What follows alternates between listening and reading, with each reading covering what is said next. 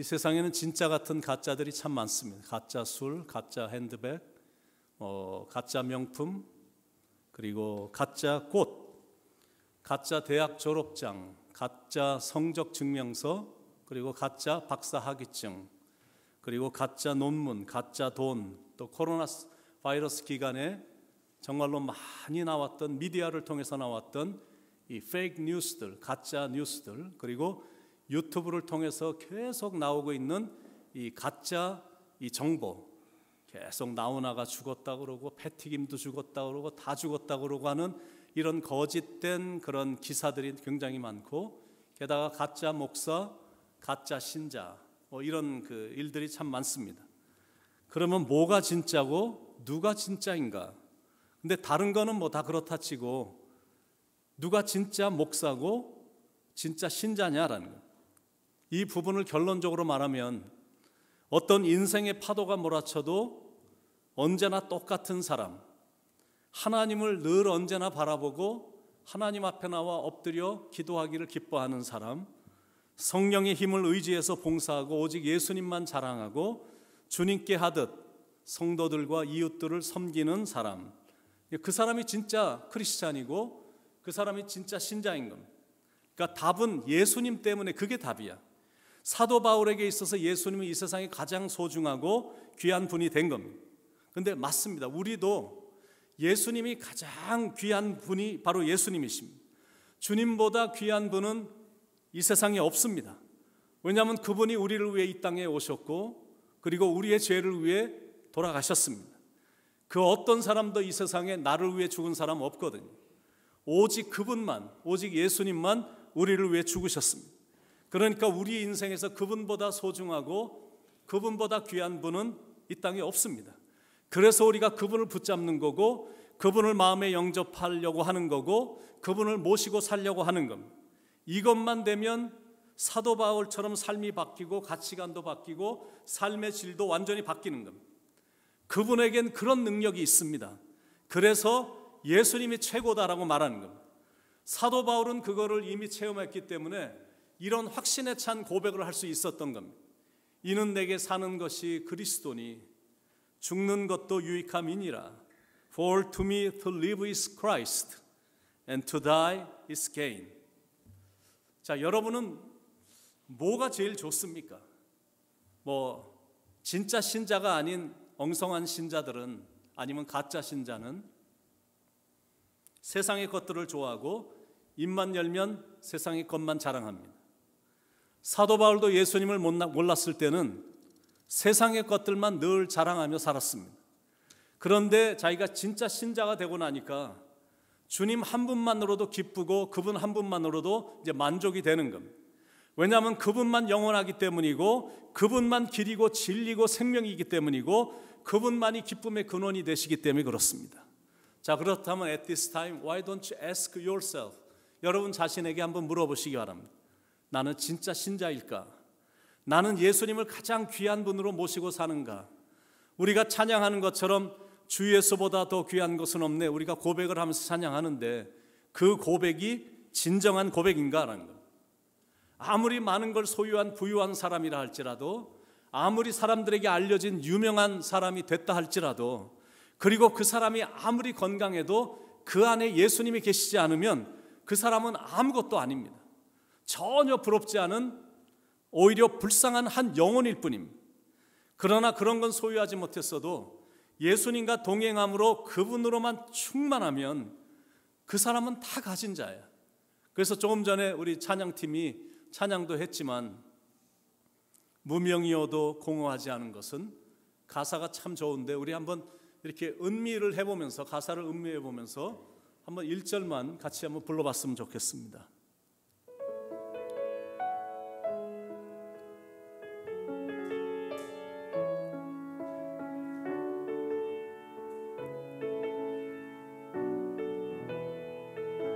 무명이어도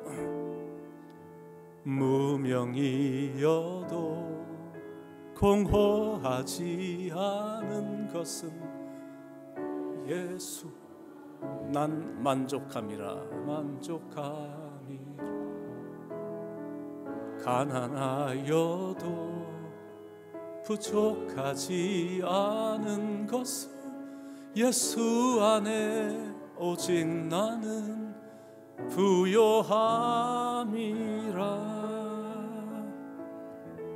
고난 중에도 견뎌낼 수 있는 것은 주의 계획이기 때문이라. 실패하여도 일어날 수 있는 예수 안에 오직 나는 승리함이라. 난 예수로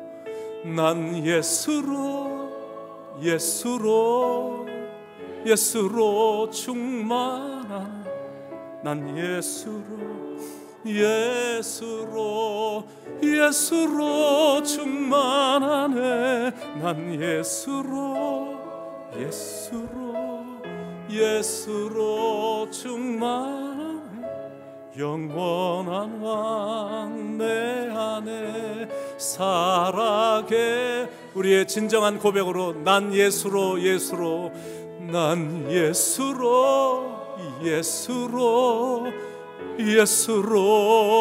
충만하네. 난 예수로 충만하네. 난 예수로 충만하네. 영원한 왕 내 안에 살아계시네.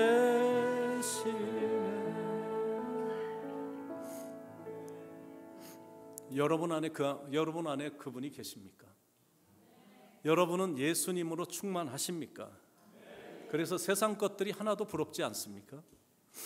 부활하신 예수님이 오셔서 제일 먼저 던진 질문이 요한의 아들 시몬아, 네가 이 세상의 어떤 사람들보다 나를 사랑하느냐? 네가 이 세상의 어떤 것보다 나를 사랑하느냐? 이렇게 물어봤어요. 그런데 그 질문은 우리에게도 하시는 질문입니다. Do you love me more than this? 이 세상의 어떤 것보다 나를 더 사랑하느냐? And if you can say yes, 여러분이 이 질문에 yes라고 답을 한다면, 그렇다면 예수님은 두 번째 질문 하실 거거든요. How would you prove it? That you love me. 네가 나 사랑하는 거 어떻게 증명해 보일 수 있겠니? 질문하실 거거든요. 여러분, 누군가를 사랑하면 그 사랑이 증명이 돼야 되거든요. 남편이 아내를 사랑하면 아내를 사랑하는 것에 대한 그 사랑의 증명이 보여줘야 되는 겁니다. 아내가 남편을 정말로 사랑하면 남편을 사랑한다라는 걸 증명해 보일 수 있어야 돼요. 왜냐하면 표현되지 않는 사랑은 마치 씨를 땅에 심지 않고 그냥 종이 안에 이렇게 넣어둔 것과 똑같습니다. 땅에 심으면 큰 열매를 맺게 되는데 종이 안에 놔두니까 아무 일도 일어나질 않는 거예요. 마찬가지로 살아있는 신앙, 그리고 진짜 신자는 예수님을 사랑하고 섬기는 것을 이렇게 표현하고 표출을 합니다. 이렇게 내면에 있는 것이 밖으로 표현이 될 때 비로소 그 사랑이 진정한 사랑임이 증명이 되는 거고, 그 사랑과 섬김이 정말로 진짜니까 그 사람은 진짜 신자가 되는 겁니다. 자, 그럼 질문 몇 가지를 던져보겠습니다. 첫 번째, 우리는 누구를 섬기는가? 우리가 섬기는 대상이 누구인가? Whom do we serve? 우리는 대체 누구를 섬길까? 24절에 이는 기업의 상을 주께 받을 줄 아나니 너희는 주 그리스도를 섬기느니라. It is the Lord Christ you are serving. 우리는 섬기는 대상이 분명하거든요. 우리가 사랑하고 섬기는 대상은 사람이 아니라 예수 그리스도이시다라는 것. 이것만 분명하면 우리가 신앙생활하면서 전혀 문제될 게 하나도 없습니다. 왜 우리가 주님의 일을 하면서 불평하고 불만을 떨어놓고 얼굴에는 내천자를 그리고 다니고 왜 주님의 일을 하는데 그렇게도 기쁨이 없냐라는 거예요. 왜 주님의 일을 하다가 하루아침에 실망하고 절망에 빠지고 분노하고 신앙생활을 그냥 그만두고 이런 일들이 왜 일어나냐라는 거예요. 그 이유는 주님을 섬긴 게 아니라 인간을 섬긴 겁니다. 목회자를 섬긴 거야. 장로님들을 섬긴 거야. 그리고 내가 속해 있는 그 단체의 회장을 섬긴 겁니다. 그래서 다시 한번 분명히 짚고 넘어가야 될 게 있는데, 우리가 섬기고 우리가 봉사하는 이유는 예수님 때문이어야 된다. 이거를 짚고 넘어가고 싶습니다. 그게 아니면 자꾸 저 사람 때문에 나는 시험에 들게 되고 이런저런 꼴을 볼 때 금방 시험에 들어서 실족을 하는 것. 그래서 섬기는 대상이 분명해야 됩니다. 예수 그리스도이십니다. 두 번째는 왜 섬기는가? Why do we serve? 왜 우리는 섬기는가? 22절에 종들아 모든 일에 육신의 상전들에게 순종하되 사람을 기쁘게 하는 자와 같이 눈가림만 하지 말고 오직 주를 두려워하여 성실한 마음으로 하라. 우리가 섬기는 이유가 너무나 간단합니다. 그거는 주님을 기쁘시게 해드리기 위해서, 그리고 주님의 영광을 위해서입니다. 그리고 주님의 이름을 높여드리기 위해서 우리가 섬기는 거예요. 단지 사람을 기쁘게 하기 위해서, 그거는 이유가 아닌 겁니다. 그러므로 하나님의 일을 하면서 제가 또다시 강조를 하지만, 사람 때문에, 내가 받은 직분 때문에 그래도 내가 모태신앙인데 모태신앙이니까 이 정도는 해야지, 뭐 이런 생각 때문에 어쩔 수 없이 하는 것이 돼서는 안 된다는 겁니다. 그런 외적인 것 때문이 아니라 하나님의 말씀으로 인해 자신의 마음이 좌우가 되어야 된다는 거예요. 그 사람이 진짜 신앙입니다. 전 정말 감사한 게 있어요. 제가 말씀을 전하면 제 자신이 부족한 것도 참 많이 있는데, 제가 이렇게 하나님의 말씀을 전하면 긍정적으로 이렇게 반응하고 그리고 금방 행동으로 옮기는 성도들이 있기 때문에 저는 참 감사한 게 있습니다. 설교가 끝나면 그 말씀을 붙잡고 살려고 굉장히 노력하고, 그리고 기도하면서 하나님의 마음에 합한 자가 되려고 노력하는 성도들이 있습니다. 그런데 반면에 똑같은 메시지가 전해졌는데 전혀 반응을 보이지 않는 성도들이 교회들마다 있잖아요. 성경책을 한 번도 접하지 않아. 그저 나는 세상에 들어가면 세상살이에만 바쁘고 그거에만 정신이 다 팔려 있는 겁니다. 그러니까 말씀 사랑, 주님 사랑, 그리고 섬김을 강조해도 전혀 마음을 열질 않는 겁니다. 그러니까 일생을 살아가면서 섬기질 않는 겁니다.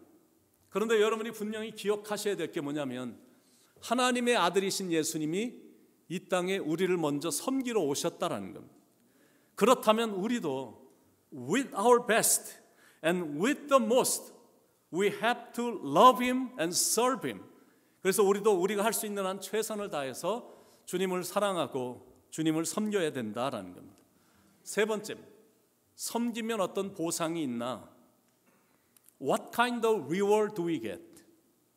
물론 보상을 바라고 신앙생활하는 것은 전혀 바람치 않습니다. 보상 때문에 주님을 섬기는 것, 이거는 절대 안 되는 거죠. 그런데 감사한 게 뭐냐면, 우리는 그저 순수하게 섬긴 것뿐인데, 주님 섬기고 주의 몸된 교회 섬기고 그리고 맡겨진 영혼들을 섬긴 것뿐인데, 그런데 주님은 우리에게 보상을 약속해 주셨다는 것. 24절에 이는 유업의 상을 주께 받을 줄 아나니. 그러니까 나는 그냥 순수하게 주님을 섬기고 이렇게 섬기기만 한 건데 보상까지 약속을 하시니 이게 웬 축복이냐라는 거죠. 제가 지금 이제 앞으로 드리는 이 말씀이 신학적으로나 성경적으로 100% 맞는 말인지 아닌지는 모르겠어요. 우리가 천국에 가면 이 땅에서 한 일로 인해서 주님으로부터 상을 받는다라고 성경에 써 있어서 우리가 그동안 믿고 왔잖아요. 그래서 제가 개인적인 생각으로는 하늘나라에 가면 제일 큰 상은 주님을 위해 순교하신 분들이 받을 것이다라고 생각을 합니다. 왜냐하면 자기의 생명, 자기의 목숨까지 주님을 위해서 드렸잖아요. 그러니까 아마 제일 큰 상을 받을 것이다라는 생각을 합니다. 하늘나라에 가면 두 번째 큰 상은 그리스도의 증인이 돼서 열심히 전도한 사람들이 받을 것 같다라고 생각을 합니다. 왜냐하면 다른 영혼들까지 사랑하며 그들의 구원을 위해 열정적으로 바쳤으니까 큰 상이 있을 것이다라고 생각을 합니다. 그런데 세 번째 큰 상은 주님을 위해 온 마음을 다해 섬긴 분들이 받을 것이다라는 생각을 합니다. 왜냐하면 수많은 시간을 들였잖아요. 어려운 여건 속에서도 피곤함에도 불구하고, 그리고 때때로 사람들이 손가락질하고 비난을 해도 주님만 여전히 바라보며 섬겼으니까 당연히 하늘에서 큰 상이 있을 것이다라고 생각을 합니다. 그래서 제가 여러분의 담임 목사로 바라는 게 있습니다. 사람들로부터 칭찬받기 위해서 봉사하지 말고, 단순히 목회자에게 인정받기 위해서 일하지 말고, 오직 주님께 인정받고 칭찬받기 위해 열심히 섬기길 바랍니다. 잘하였도다 착하고 충성된 종아, 내 주인의 즐거움에 참여할지어다. 그날이 오면, 우리가 주님 앞에 서게 되면 주님이 오셔서 우리에게 그렇게 칭찬해 주실 거거든요. 잘하였도다 착하고 충성된 종아, well done, good and faithful servant. 분명히 이렇게 칭찬해 주실 거예요. 그걸 바라보며 우리가 섬기고 우리가 봉사하고 우리가 일하는 겁니다. 교회란 장소는 이 세상에 있는 장소하고 현저히 다른 곳이 교회입니다. 그래서 위에서부터 섬기는 모습이 보여져야 되는 거예요. 제가 담임 목사인데 러시아의 푸틴이나 북한의 김정은처럼 여러분 왕국의 군주 같은 모습이 나오면 여러분 반응이 어떻겠습니까? 대체 어떤 느낌이 들겠습니까? 한국의 대형교회 목사라고 해서 교인들에게 막 복종을 강조하는 독재자 같은 모습을 보인다면 어떤 느낌이시겠습니까? 교회는 절대 그런 곳이 아닌 겁니다. 교회는 사이즈에 상관없이 교회는 절대 그런 곳이 돼서는 안 되는 겁니다. 목회자가 때때로 강한 그 리더십을 보일 필요는 있겠지만 명령만 내리고 맨날 대접만 받고 있으면 안 되겠죠. 제가 보니까 목회자의 직업병이 대접받는데 너무 익숙해져 있다라는 그런 느낌이 듭니다. 하여튼 일생을 대접만 받고 있어요. 그것도 당연히 여기며 대접을 받고 있는 겁니다. 그런데 설교 내용을 들어보면 항상 남을 섬기라라고 설교는 하는데 일생을 대접만 받고 있는 겁니다. 그러니까 교회 지도자들은, 목회자, 장로님들, 임원들, 교회 평신도 지도자들은 누구 할 것 없이 시종 섬김의 자세로 일관해야 되는 겁니다. 이름도 없이 빚도 없이 맡겨준 일에 하여튼 책임감을 갖고 감당하면서 섬겨야 된다는 겁니다. 그렇게 순수하게 하나님을 섬기고 주의 몸된 교회와 교회 그리고 성도와 이웃들을 섬기면 하나님께서 상을 주신다라는 약속입니다. 어떤 보상이냐면, 어떤 축복을 하나님이 약속하셨냐면, 첫째는 물질의 축복입니다. 출애굽기 23장 25절에 내 하나님 여호와를 섬기라. 그리하면 여호와가 너희의 양식과 물에 복을 내리고, 물질의 축복을 약속하시고, 두 번째는 건강의 복을 약속하셨는데 그 다음에 나오는 너희 중에서 병을 제하리니 병 없이 강건하게 축복 속에 살게 해주신다라는 것. 나는 그냥 순수하게 하나님만 섬기고 주의 몸된 교회 섬기고 성도들을 섬긴 건데, 또 세 번째 약속은 가정의 축복을 약속을 해주셨어요. 내 나라에 낙태하는 자가 없고 임신하지 못하는 자가 없을 것이라. 그리고 네 번째는 장수의 축복을 주셨는데 마지막 부분을 보니까 내가 너의 날수를 채우리라. I will give you a full lifespan. 장수의 축복을. 주님을 순수하게 섬기면 주님이 너무나 기뻐하시는 거예요. 하나님 나라를 위해, 당신을 위해, 그리고 이 주의 몸된 교회를 위해 이렇게 섬기고 순수하게 섬기는 성도들을 보면 주님이 너무 기뻐하시는 거예요. 그러니까 주님이 너무 기쁘시니까 약속하신 축복을 막 부어주시는 겁니다. 자, 그럼 마지막 질문입니다. 우리는 어떻게 섬기나? How do we serve? 22절 후반부에 오직 주를 두려워하여 성실한 마음으로 하라. 두려움과 떨림을 가지고 첫 번째입니다. 두 번째는 성실한 마음으로 섬기라라는 겁니다. 하나님은 워낙 크시고 위대하시니까 그분 앞에 찾아와 겸손히 엎드리는 그런 모습입니다. 그리고 나에게 맡겨준 하나님의 일들은 귀중하고 소중한 거니까 하나님이 나에게 주신 은사를 가지고 선한 청지기 같이 성실히 임하는 겁니다. 어느 날 인생의 석양에 서게 되면 지나온 날들을 돌이켜볼 텐데, 지나온 날들을 돌이켜보면서 아니 내가 이렇게 긴 세월을 지나는 동안 주님을 위해서 거의 한 게 없네. 그래서 이제는 좀 철이 들어갔고 좀 하려고 했더니 몸이 말을 안 듣는 거예요.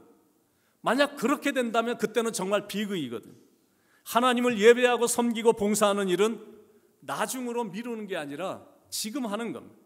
더 늦기 전에, 후회가 막심하기 전에 기회가 주어질 때 열심히 하는 거예요. 로마서 12장 11절에 보면 부지런하여 게으르지 말고 열심을 품고 주를 섬기라 이렇게 말씀하고 있거든요. 그러니까 하나님이 나에게 주신 은사를 가지고 하여튼 부지런히야, diligently, 그리고 게으르지 말고 열심히, zealously, 열심히 하는 것. 세상 일에는 밤과 낮도 구별 없이 열심을 내면서 하나님의 일에는 게으르며 부지런함도 없고 의욕도 없으면 이거는 정말로 곤란하잖아요. 그리고 우리가 섬기는 하나님은 절대로 과잉스럽게 요구하시거나 그런 스타일의 하나님이 아니시거든요. God never asks us to give anything beyond our ability or capability. 내가 갖고 있는 능력은 요건데 더 많이 해, 더 할 수 있어, 더 많이 받지, 뭐 이런 거 아니거든. 하나님이 요구하시는 거는 우리가 할 수 있는 만큼만 요구하시는 거예요. 그래서 우리가 할 일은 뭐냐면 주어진 여건 안에서 최선만 다하면 되는 거예요. 하나님은 우리로 하여금 최고를 요구하시는 분이 아니시니까 하나님이 기대하시는 건 최선이고 그리고 성실함이니까 최선을 다해서 with our best and the most, 최선을 다해서 착하게 섬기기만 하면 되는 것. 그런 마음으로 변함없이 자기의 자리를 지키는 것. 기도의 자리도 지키고 예배의 자리도 내가 지키고 섬김의 자리도 지키는 것. 하다가 자꾸 도중에 중단하지 말아야 됩니다. 뭔가 좀 찔끔하는 것 같더니 또 금방 그만두고 조금 하다가 또 포기하는 것은 믿는 사람으로서 참 안 좋은 습관이에요. 고린도전서 15장 58절에 보니까 그러므로 사랑하는 형제들아 견실하며 흔들리지 말고 항상 주의 일에 더욱 힘쓰는 자들이 되라. 이는 너의 수고가 주 안에서 헛되지 않은 줄 알미라. 이렇게 말씀하고 있거든요. 하나님을 향한 수고 결단코 헛되지 않습니다. 그리고 하나님의 일은 하나도 헛된 게 없어. 그리고 하나님과 이웃을 향한, 성도들을 향한 섬김은 나중에 이렇게 사람들로부터 인정도 받게 되고 존경도 받게 되어 있습니다. 그리고 그 일로 인해 하늘에 계신 하나님은 영광을 받으시니까 역시 믿는 사람들은 너무 아름답고 섬기는 모습이 너무 소중하고 아름답고 그런 모습을 믿지 않는 사람들이 보게 되면 인정을 해주니까, 존경을 해주니까, 그러니까 하늘에 계신 하나님께 그들이 우리의 착하고 섬기는 그 아름다운 모습을 보고 하나님께 영광을 올려드리게 되니까, 그래서 겸손히 섬기자라는 겁니다. 언젠가 우리에게도 어두운 밤이란 시간이 올 텐데 절대 나중으로 미루지 말고 지금부터 하는 겁니다. 어두운 밤 시대리니 내 직분 지켜서 일할 수 없는 밤이 속히 오리라. 그런 날은 누구에게도 오거든요.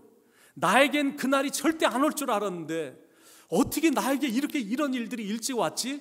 여러분 주위에서 이렇게 말하는 사람들 꽤 있잖아요. 그런 날이 나에게도 오고 있다는 거예요.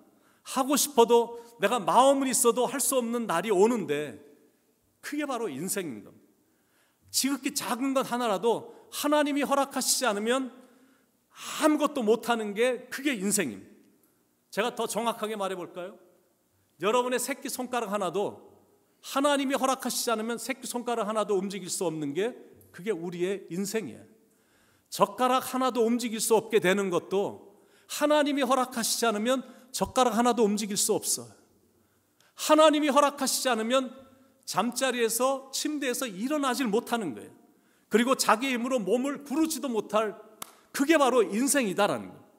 혼자 밥도 먹을 수 없는, 누군가가 옆에서 먹여줘야만 간신히 먹을 수 있는 그런 인생이 될 수도 있다는 거예요. 그러니까 인생을 살아보니 안 되는 건 안 되는 거예요. 아무리 용을 써도 안 되는 거예요. 지금은 몸을 막 움직이니까 앞으로도 마음껏 움직일 수 있을 것 같아서 기고만장해질지는 몰라도 하나님이 허락하시지 않으면 이건 아무것도 안 되는 겁니다. 그래서 하나님 앞에서는 하나님을 경외하는 마음으로, 그리고 하나님의 일을 할 때는 성실함과 겸손함으로 해야 된다는 거예요. 앞에서 늘 섬김을 받는 걸 기뻐하는 게 아니라 뒤에서 조용히 섬기는 자로 서 있어야 된다는 거예요. 실은 그 사람이 큰 사람이고 그 사람이 실은 위대한 사람인 겁니다. 골로새서를 쓴 사도 바울은 교만과 위선과 증오와 정죄의 극치를 달리던 사람이었습니다. 스테반을 죄인으로 몰아붙여서 돌로 쳐 죽이는데 앞장섰고, 교회를 불법 단체로 막 몰아가서 교회를 무섭게 박해하게 만들었고, 예수를 사이비 종교의 교주로 몰면서 예수를 무섭게 핍박을 했습니다.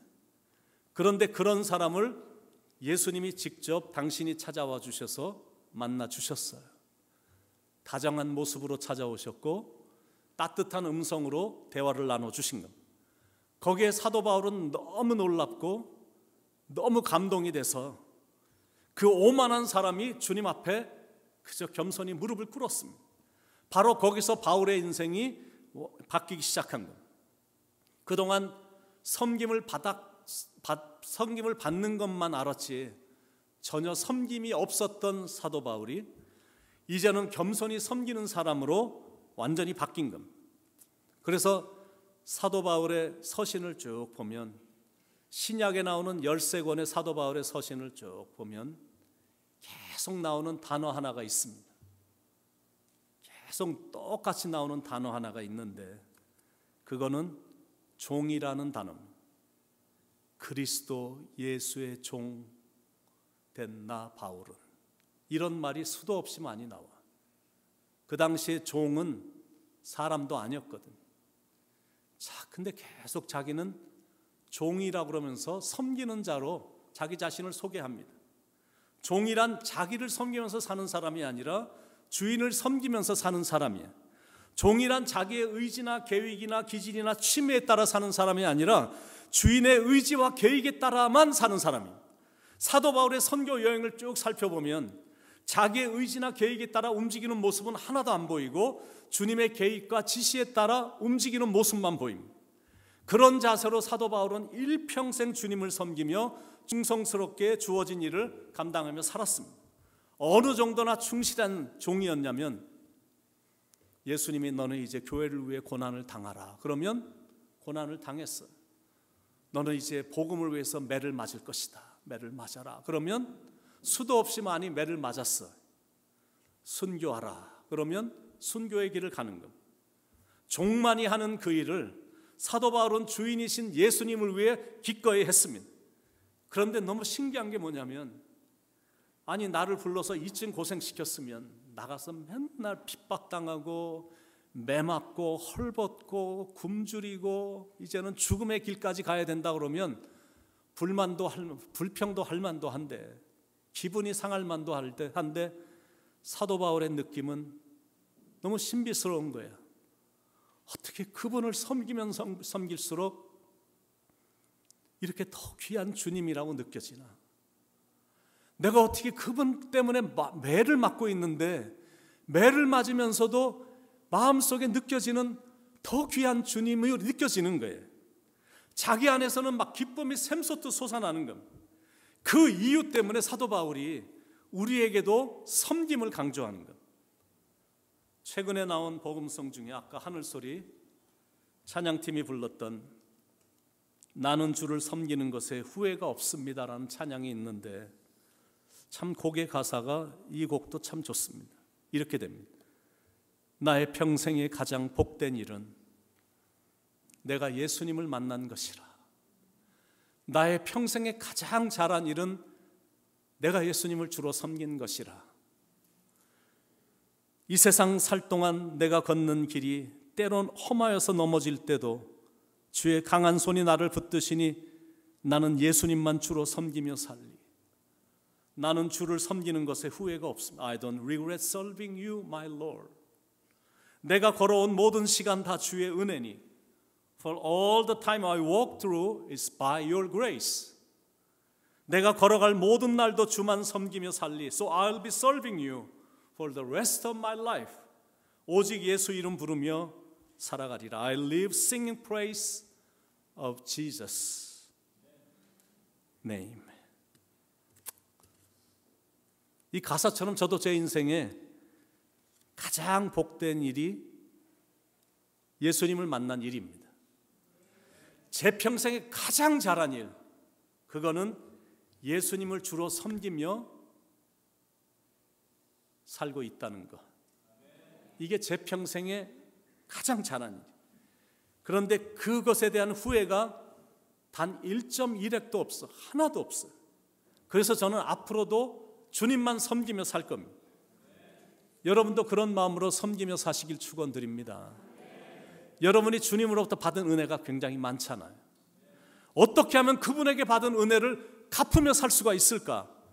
방법은 하나, 부지런히 성실히 기쁘게 감사하면서 주님을 섬김으로 보답할 수가 있는 겁니다. 부지런히 성실히 기쁘게 감사하면서, 이 자세가 섬김의 올바른 자세입니다.